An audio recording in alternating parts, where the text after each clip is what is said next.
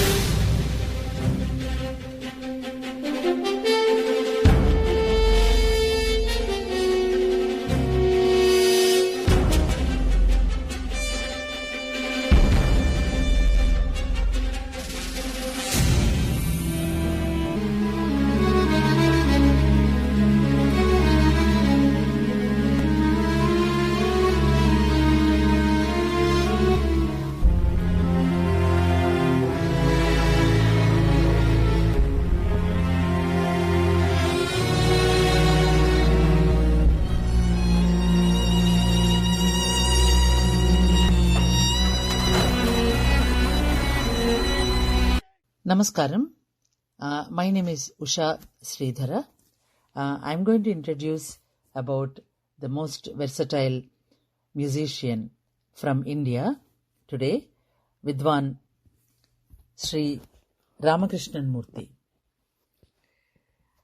It gives me great pleasure to introduce Ramakrishnan Murthy garu to our Janaranjani audience. He looks like a Mylapore boy, talks like a Mylapore boy. Did he really live in the US and study in USA, graduate in computer science at the University of California? These questions come from many people when they interact with the young Carnatic vocalist Ramakrishnan Murthy. He had told many people that he had no interest in anything American, no prom parties, picnics, etc. And learning Western classical violin and playing in the school's honor orchestra, they are all short-lived pursuits. Ramakrishnan Murthy's parents had him learn Carnatic music from a local guru, Padma Kuttigaru, to maintain cultural links with India. In his own words, he says, "I'm a slow learner and my guru was very patient with me, but she's an absolute martinet. She had no compunction in saying, 'No, you are not ready for the stage yet.'" His next guru, veteran violinist Delhi P. Sundararajan, was unflappable. The teacher gave him confidence, letting him sing raga and swara unhampered, express ideas without inhibitions, making gentle suggestions to take Ramakrishnan Murthy forward. Now, what are the specialities of Ramakrishnan Murthy? Facile singing, tremendous creativity, immense appeal, and a completely pliant voice are hallmarks of this precociously talented, award-winning, seasoned Carnatic vocalist who just happens to be very young. Recently, Ramakrishnan Murthy was awarded the National Sangita Nataka Academy Award for his excellent singing. Ramakrishnan Murthy's countenance, manner and speech are as traditional as his music, belaying the fact that he spent the bulk of his life in the USA. Inimitable eloquence and self-assuredness notwithstanding, he is captivatingly devoid of hang-ups, delightfully unfettered, and endearingly boy-next-door approach. Ramakrishnan Murthy is a Carnatic music vocalist and regularly performs in the annual Madras Music Season, which is the most prestigious in the world.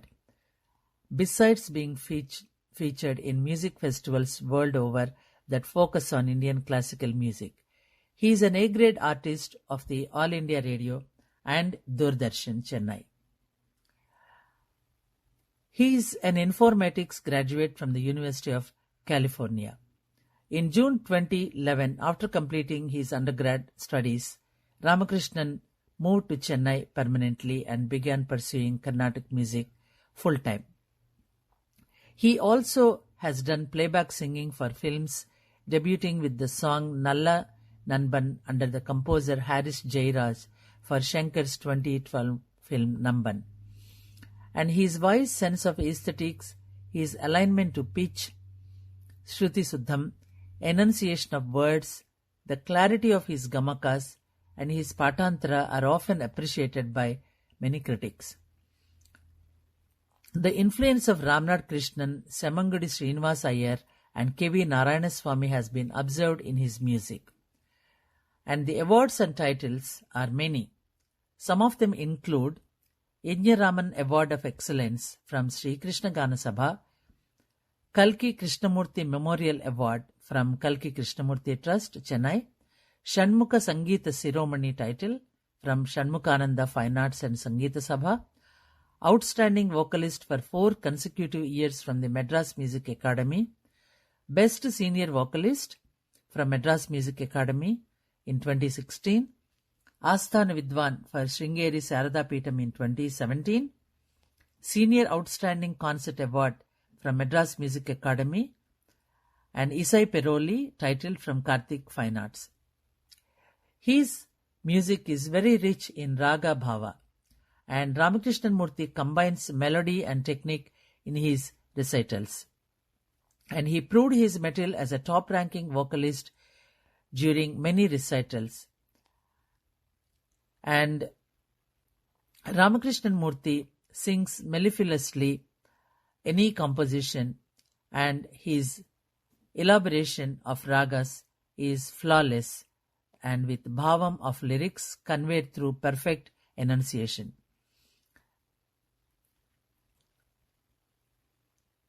He has done collaboration with many artists, and he is making strides as a vocalist with a rare blend of mature temperance and youthful exuberance. His tremendous creativity and appeal are his trademarks, and his music encapsulates the distilled essence of the best of acknowledged masters infused with fresh verve. And today Janaranjani is very fortunate to present Sri Ramakrishnan Murthy to the audience, and here we present his interview. Disclaimer. This disclaimer informs our listeners that the views, opinions and thoughts expressed in this broadcast solely belong to the broadcaster. Janaranjani does not own any of the music and gives due credit to the artists and the copyright holders. Namaskaram, Vidwan Sri Ramakrishnan Murthy Garu. Janaranjani Radio from Sydney warmly welcomes you to the audience, and we are really very excited, and we are fortunate to have your valuable time with us. So we start with some very basic things such as your childhood and your aspiration to progress in music, unlike many other youngsters of your age. So I was born in Chennai. My father moved along with all of us, my mother, myself and my sister, when I was about 3 years old to the US. When I was about 6 or 7 years old, we settled down in Southern California. And that's where my musical journey began in earnest.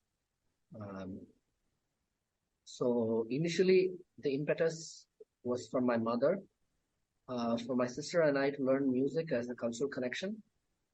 As we were not living in India, she wanted us to, have some sort of connection back to, our home. So I started learning music from my guru, Srimati Padma Putti, at the age of, 6 or 7. And, my teacher was quite a strict taskmaster, I should say. My mother was also pretty insistent about practice at home. So that discipline was kind of ingrained in us from a very young age.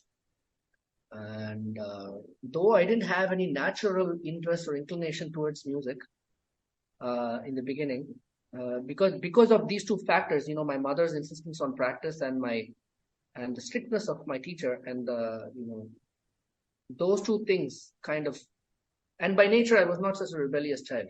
I should say that too. So these factors kind of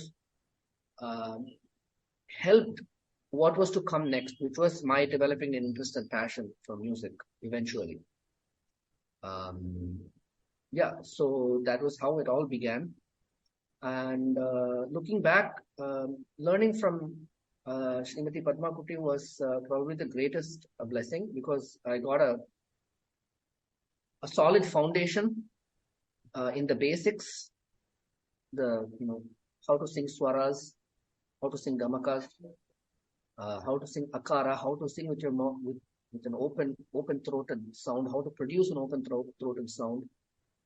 These are things that we take for granted, as we progress in the musical curriculum, but it's so vital to get these things down when you're starting off. So I was lucky to have these things inculcated in me. So that's how it all began. Excellent. And when you said you are not a rebellious child, very, very naturally you said, but that is one of the fundamental traits that someone needs as young as at that age to develop. I mean, I should qualify by saying that I don't want to glorify just being non-rebellious and just being a little bit obedient or whatever. It was just how I was at that time. At that time. So it just happened to be that way, and it helped the pursuit at that time. Sure. Yeah. We read a lot about you, and in fact, when you came to Sydney, we were in the audience. Okay. And we were thrilled by your music, and then it is getting so good, and I mean, my day is not complete without listening one or two of your kritis. Thank you, I appreciate it.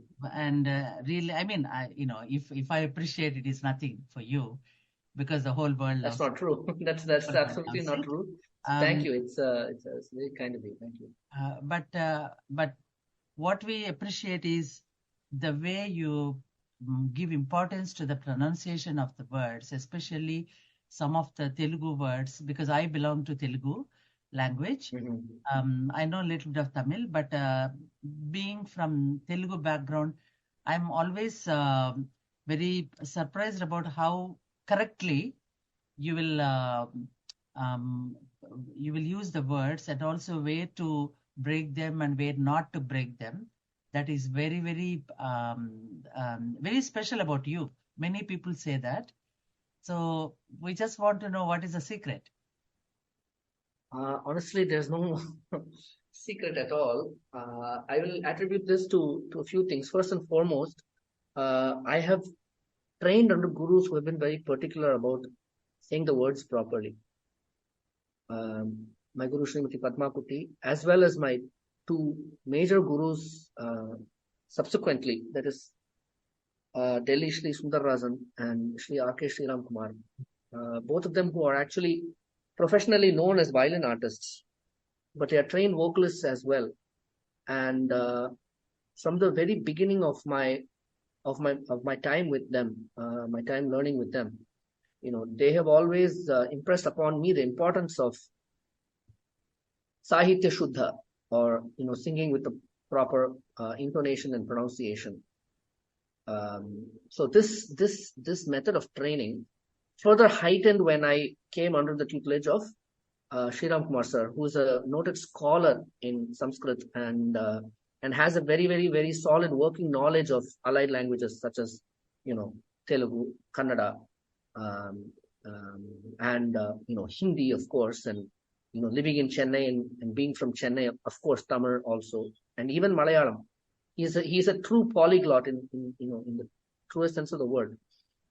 So training with somebody like him really, really helped me understand the importance of pronouncing words properly. first of all, there's something to be said about, as you are in Carnatic music, we generally, we are not like, those, pop music bands and rock music bands in which they write their own music. They sing their own songs, right? They compose their own songs. Here, we are not doing that. We are singing compositions that have been handed down to us generation after generation, by, so many people. So it is, now, whether we are singing, compositions that are handed down to us, from many years ago, many generations ago, or we are singing somebody's composition that was composed just yesterday, that is not the question, actually. The point is that we are singing somebody else's work. So that comes with a responsibility. When you're handling, just imagine if you borrowed something else from somebody, you would be doubly careful to return it back, or when it's in your possession, to not break it or do something to, ruin it. So that fact that we are not actually singing something that is ours should actually bring about that responsibility in itself. That's actually true not only about the Sahityam, but the music itself, the composition from which we derive all of our musical knowledge. The base is the composition in our music. So that means there's an extra sense of responsibility that should be there. This is what I imbibed from my guru, this sense of responsibility. I myself am not actually trained in any of these languages per se, classically trained. I'm not trained. So whatever I sing is completely, my, what my gurus have taught me. But instead of just teaching me, how to say the songs for whatever song that they have taught me, through the course of time, I also imbibed how to look at a composition, how to take the effort and care to try to pronounce properly. And I have an inclination and an interest on my own because just my nature is such that I think that the languages are extremely beautiful. So it gives me great joy on my own to say these words as best as I can. So that interest I can claim for myself, but all the correctness that you talk about, I owe entirely to my gurus. You have put it in a very humble way, but I mean,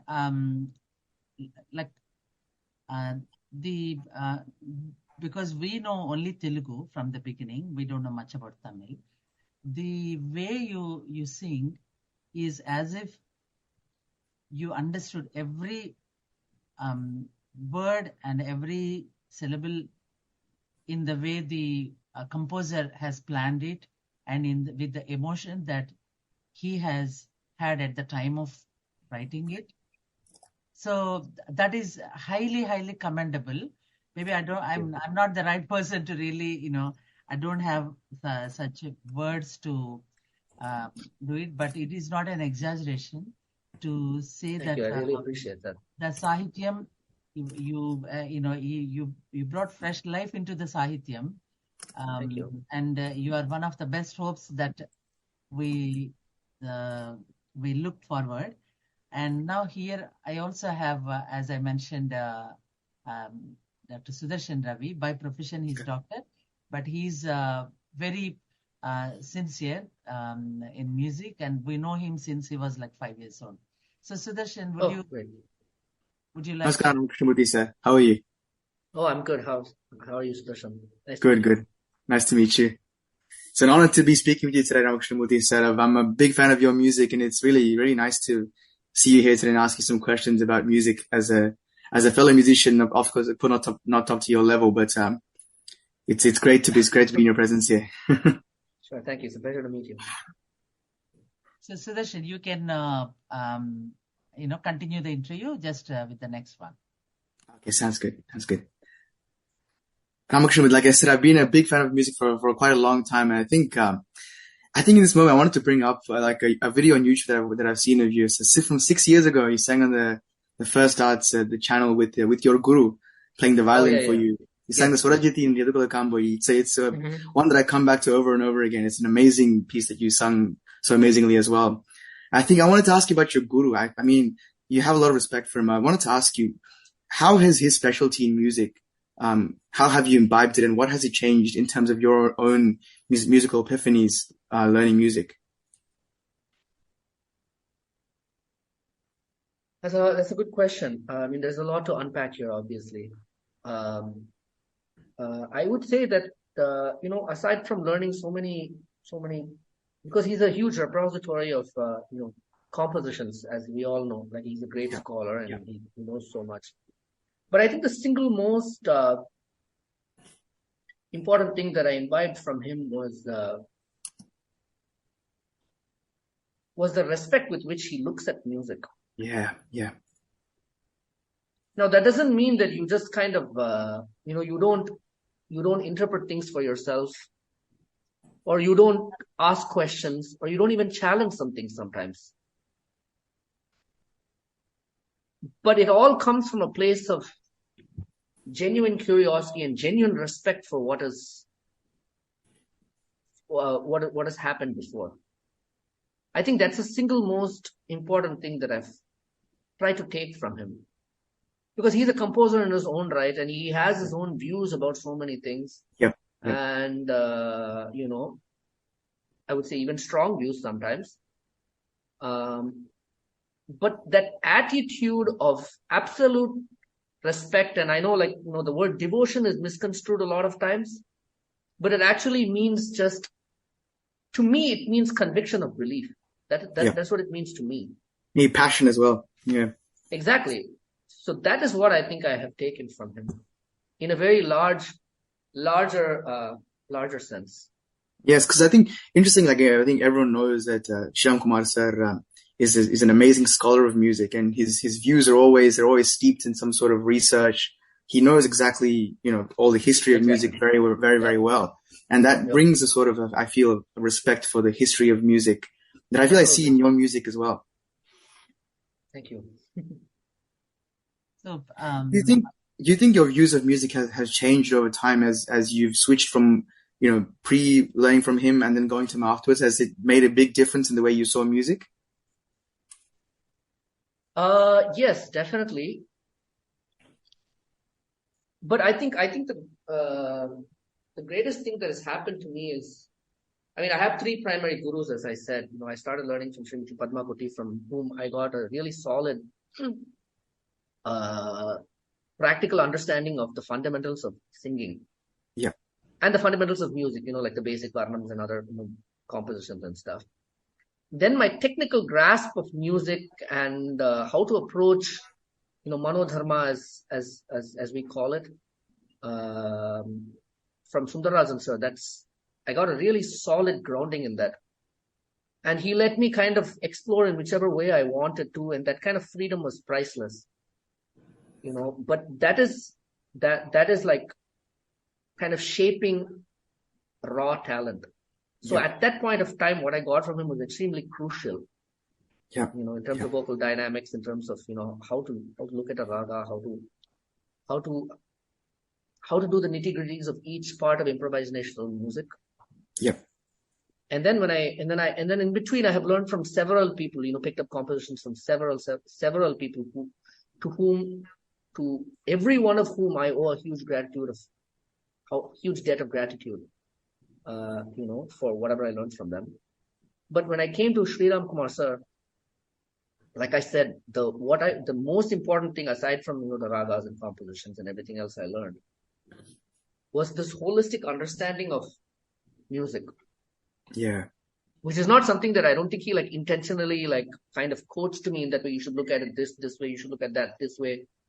But just the experience of being with him, I think that is the most important thing that I have taken away from him. Yeah. So yes, to answer your question, in short, absolutely, without a doubt, that my perspective changed very much. And coming back to what I said earlier, how I started answering this question, being exposed to these various things and various approaches and different perspectives at exactly the point at which I did has been the greatest thing, because it's been like a melting pot inside my head. And at the end of it, when I look back at, and when I look, where I am right now in my musical thinking, it's really let me kind of develop my own kind of perspective, which is amazing. I mean, I think you're completely right. It's something that I think you can't intentionally teach, like musical perspective. It's your own perspective, and it's something that you have to believe in yourself.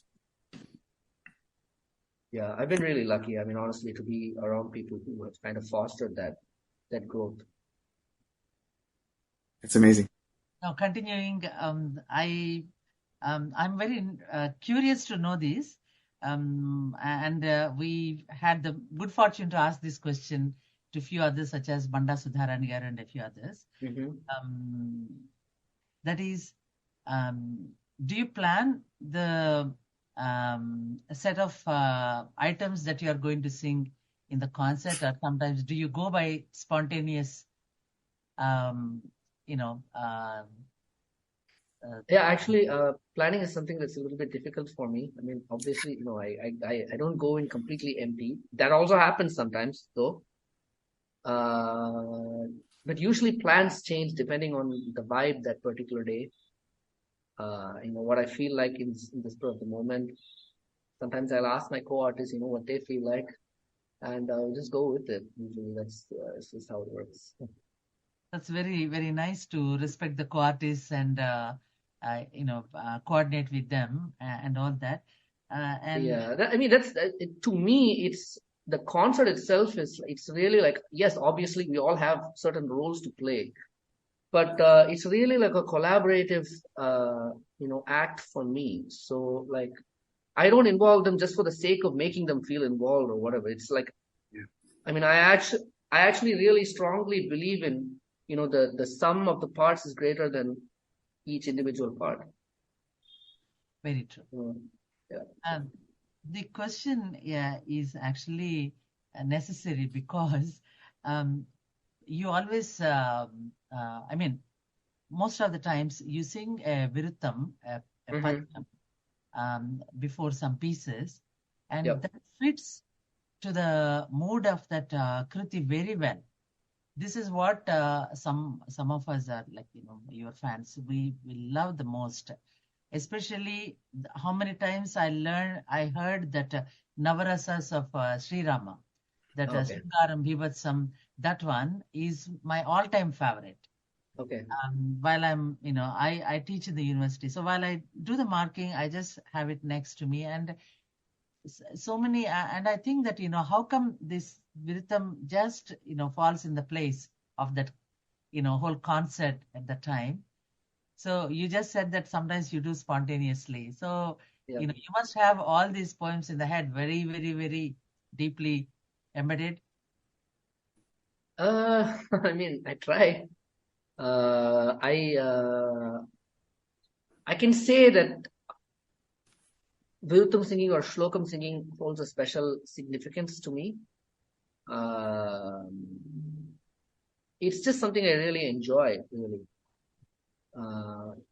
For some reason, like when we sing Raga Alapana, there's like an inbuilt kind of loose macro structure that we kind of adhere to, But for some reason that completely disappears. This is just my experience. When we are singing a Viruttam and exploring a ragam with that. So that kind of like disjointedness, and then, the combined with trying to interpret those words in your own way and not having a set tune to go off of. So it is like Raga Alapana in a way, it is like Naraval in a way, but it's actually like not like Naraval in a way, and it's not like Raga Alapana in a way. So that kind of, that dynamic, it really excites me. Yeah. And that combined, the emotion of the lyric is also like something that because it's very abstract, Like how do you convey Shringaram, for example? How do you actually it's very interpretive. And I think that's the beauty of the particular genre of music that we're talking about here. Not everything is just like absolutely on the face, You sing it one way, thinking one thing, you interpret it in one way. The person listening can also take whatever, he or she wants from it. So. Now, this is another generic question, but we are very interested to know, which is, You take requests from the audience while the concert is happening. Absolutely. Hmm. But I also make it very clear that I can only sing it if I know it. So, is there something that you don't know? Because I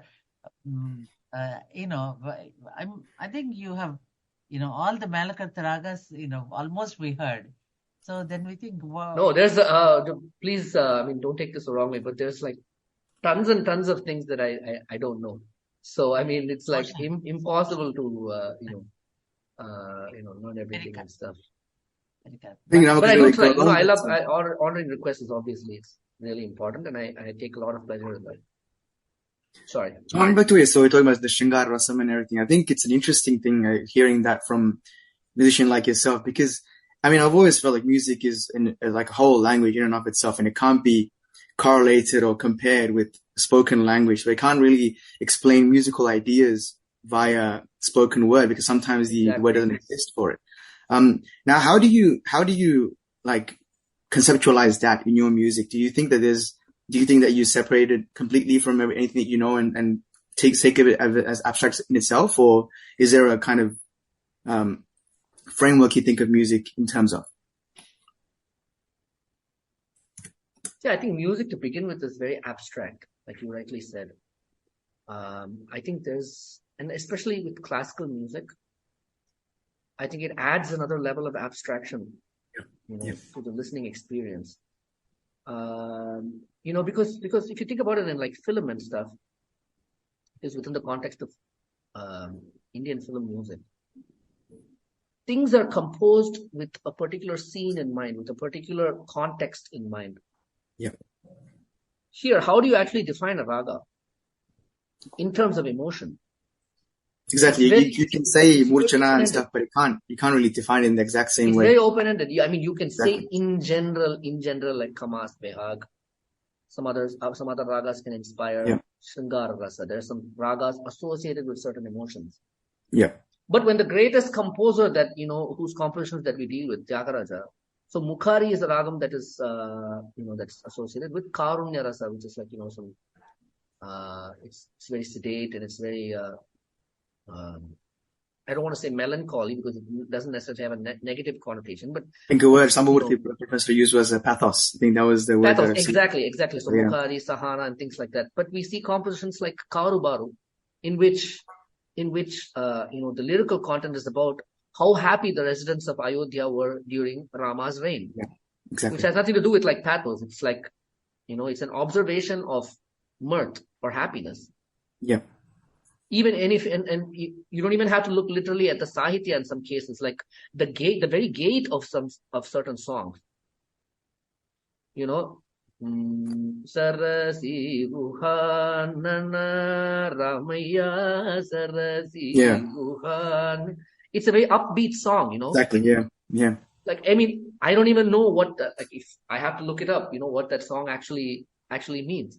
Yeah, but if you're thinking in this pace, it's not actually pathos. It's not going to produce pathos, exactly, yeah. Exactly. And singing it in any other pace, give or take, would be weird because it wouldn't actually encapsulate the spirit in which the song seems to have been composed. Yeah.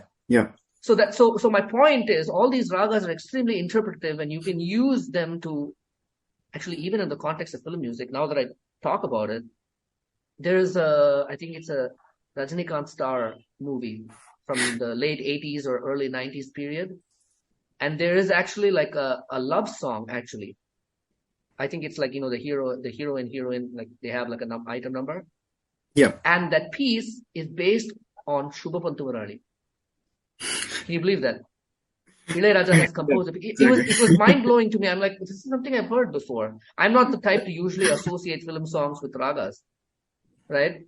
But I think it just spoke to the genius of someone like Ilayaraja, that he could employ a ragam like this for a mood like this.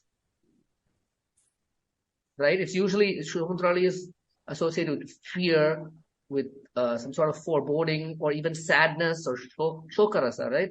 Shoka, Maya, all these things are the emotions associated with Shubha Pantuvarali. So, I mean, there's like so many examples that you can quote for this.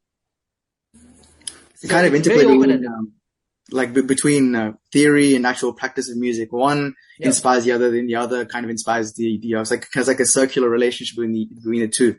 So you can't encapsulate the whole of practical music into a theory, and you can't use theory to completely explain practical music either. Yeah. It goes very much hand in hand.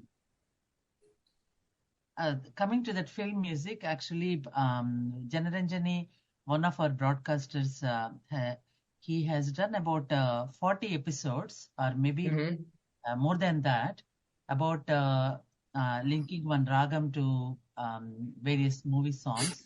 Okay. And then, of course, sometimes there could be a bit of hybrid version. But he has done that, and especially in the olden days, that's how they did. But maybe of late, they have changed that. So you can't really recognize one ragam in its true sense. But I just want to say that, and we are trying to bring that as a book, so that in future, if anyone is looking for, I want a film song too, and then immediately that has got a list of film songs and the attached raga to that. Now that reminds me, I know that your time is precious.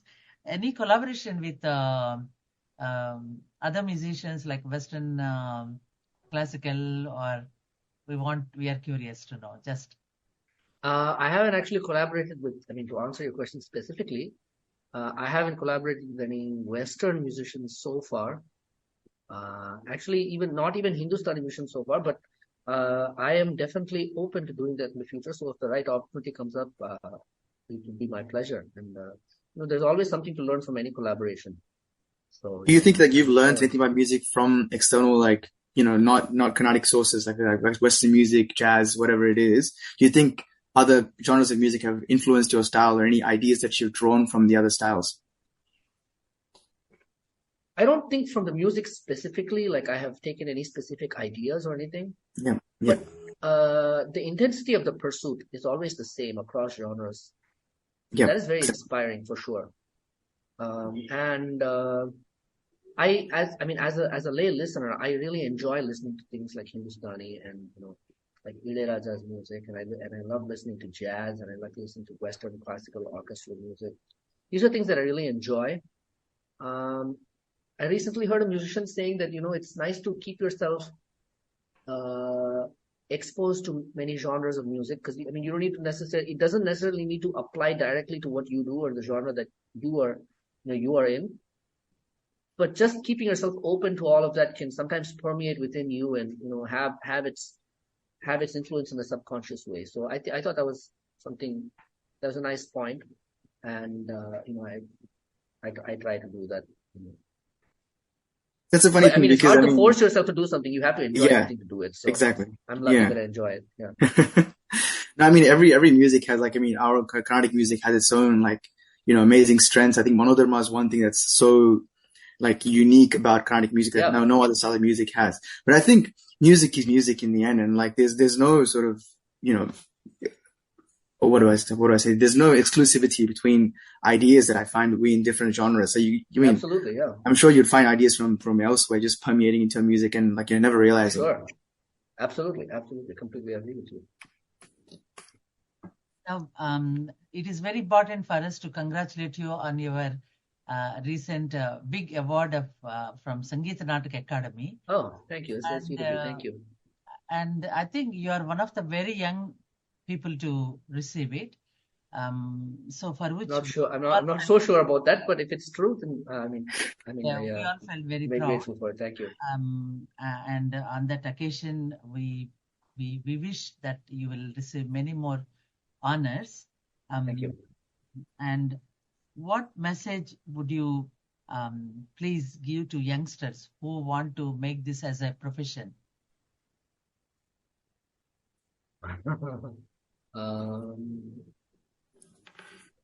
I don't think I have too much to advise people about. I don't think I've done enough or seen enough to really advise, but I can say that anything you do, your results depend on the intensity of your pursuit. So the goal should be pursuing it as intensely as possible. And to pursue something intensely, you require passion. So the only thing I can say is for people who are younger than me being pretty young myself, try to put effort into finding what inspires that passion. It's difficult to figure it out, but for those of us who are blessed to figure it out, it's important to pursue it with all intensity. That's what I've. It's one thing about you. That's something I can speak to. Yeah. I think I know you play basketball. I think there's one parallel that I always see with basketball, because I play basketball as well. There's one parallel, like, you speak about being in the zone and like that being a big part of the athlete's mentality. I find that is a lot about the way I sing music. I feel like I have to be in the zone. Do you find that that's the same way for you? Do you find any parallels between that and music for you?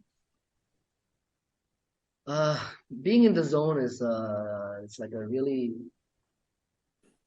it's an indescribable feeling, really. And it's one of those things that's like you try to capture lightning in a bottle. Yeah, exactly. It's so difficult, and it's so fleeting, and it doesn't. It's not under your control, really. Sometimes you just get it, sometimes you don't, and you just have to battle past it. Sometimes, like you can't go into something expecting to get into the zone. Sometimes it happens, but that hope and that potential for maybe experiencing a few minutes within that zone. That's why we get into the entire practice at all. That's what makes it so beautiful. Like you keep chasing those few moments of bliss. That's it. If you chase it enough, you'll be lucky enough to have it a few times. Exactly. It's euphoria in a capsule, so to speak. I think there are some musicians in Carnatic music who kind of embody that as I feel like the whole style. Like I feel like Flute Mahalingam, I think U. Srinivasan, some people to name a few that I feel almost completely perform within the zone. I think you're actually one of them as well. Every time you perform, I feel like your style is clean. Like there's no frills, and it's all just pure music. And I feel that's like the encapsulation for me of an artist in the zone. And I love hearing you, especially when you're in that sort of frame of performance. I really appreciate that. Thank you. Do you have any thoughts on what you want yourself as a future musician to develop into? Do you have any particular ideas of yourself as an ideal musician that you want to develop within yourself going forward? Oh, wow. That's a good question. I think it's one thing to work on skill sets. It's like a constant pursuit.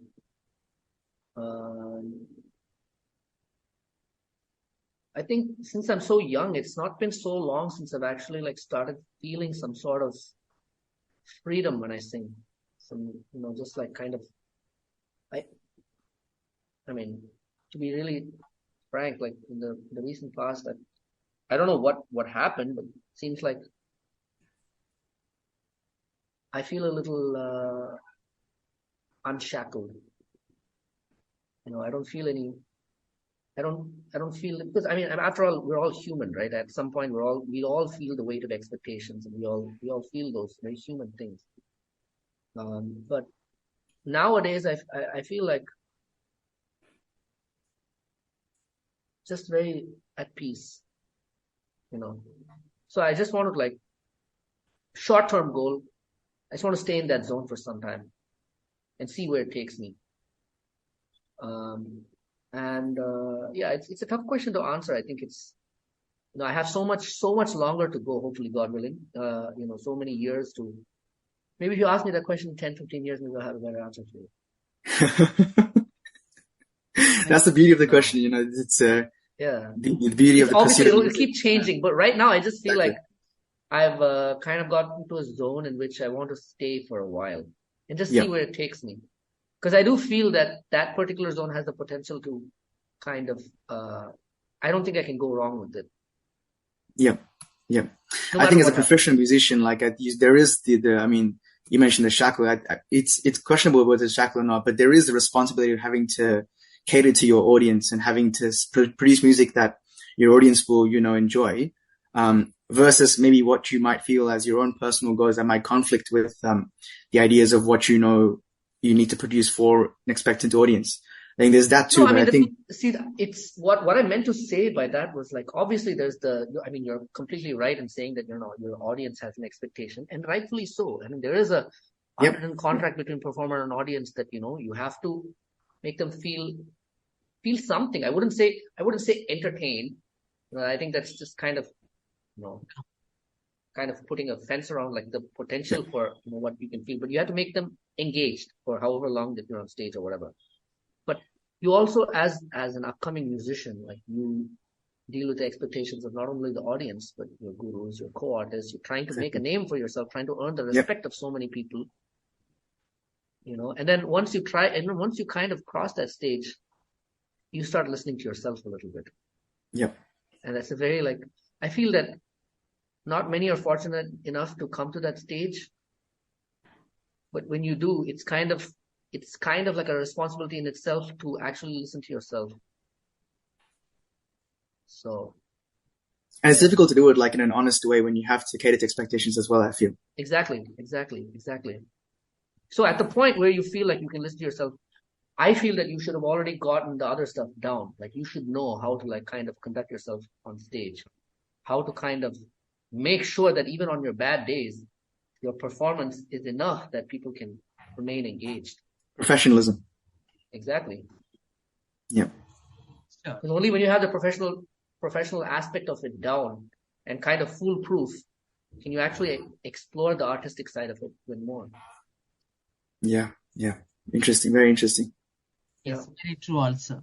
I mean, it is very difficult to put right words to put any praise for you, because we feel like, the fan group, including me, we feel you're spontaneous and you're very soulful when you're singing. And sometimes I feel that you're not singing for the audience. You are singing for that Almighty, whatever that superpower is. And it is soul stirring, definitely soul stirring. Thank you. And then, of course, sweet. But I mean that whatever that superpower, whatever you're referring to, I think it exists within all of us. Exactly, yeah. But to know that is all this sadhana. So yes, I think I would have to agree. Paramatma is actually searching for that Paramatma inside. Yeah. But then the music that you sing with bhakti, bhavam, and purity, that melts any of the sad elements inside me. I mean, I can only talk for myself. And then suddenly it gives the big thing, that is hope. Hope for the future of Indian music. So, if we can say, you are the face. Thank you. This, thank you. I mean, thank you from the bottom of my heart. Your words, they mean a lot to me. So, thank you. Yes, and I hope to see you all soon. When I come to Sydney. Yes. We hopefully sometime in the near future. So I still kept that little booklet where they have written your things. So with that, we thank you from the bottom of our hearts about the valuable time you have given, and so willingly and so readily you have given, and that itself speaks volumes about your approach to music and also to music lovers. And we are a very small radio group, but we have youngsters like Ravi, Sudarshan around us, and we are very hopeful that you, Sri Ramakrishnan Murthy, you inspire so many people, not only in India. Maybe there are thousands and millions of your followers, but in Australia, in here also, we are extremely fortunate to know your music, and we are thankful to you. And I just finished the recording, but I want you to kindly stay for a couple of minutes more. I know it took a lot of time, so just I will.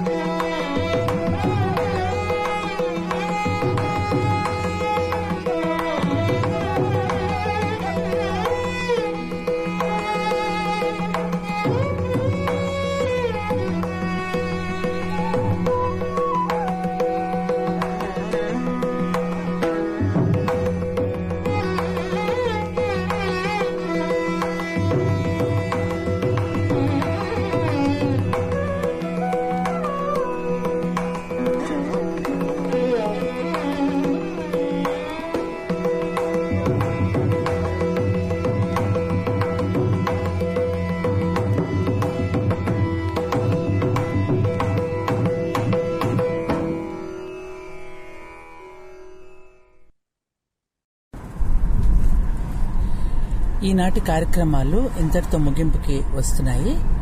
అయితే ఈ కార్యక్రమంలోని ప్రధాన అతిథి విశిష్టమైన విద్వాంసులు శ్రీ రామకృష్ణన్ మూర్తి గారి పరిచయం ద్వారా ఎందరో యువతీ యువకులకు మంచి ప్రేరణ కలుగుతుందని ఆశిస్తున్నాము. ముఖ్యంగా విదేశాల్లో పెరిగి తర్వాత స్వదేశం మీద మక్కువతో వచ్చిన పిల్లలకు. అయితే ఇంటర్వ్యూను కండక్ట్ చేసిన సుదర్శన్ రవికి కూడా ధన్యవాదాలు. ప్రోగ్రాం కంపైల్ చేసిన జనరంజన అధ్యక్షులకి ముఖ్యంగా మరీ మరీ ధన్యవాదాలు. మా అందరి కృతజ్ఞతలు. నమస్కారం అండి. వచ్చే వారం మరో మంచి కార్యక్రమాన్ని మీరు వినగలరు. అంతవరకు మీ దగ్గర సెలవు తీసుకుంటున్నది డాక్టర్ శ్రీదేవి కరుణాకర్, సుదర్శన్ రవి, తర్వాత జనరంజని వర్గం.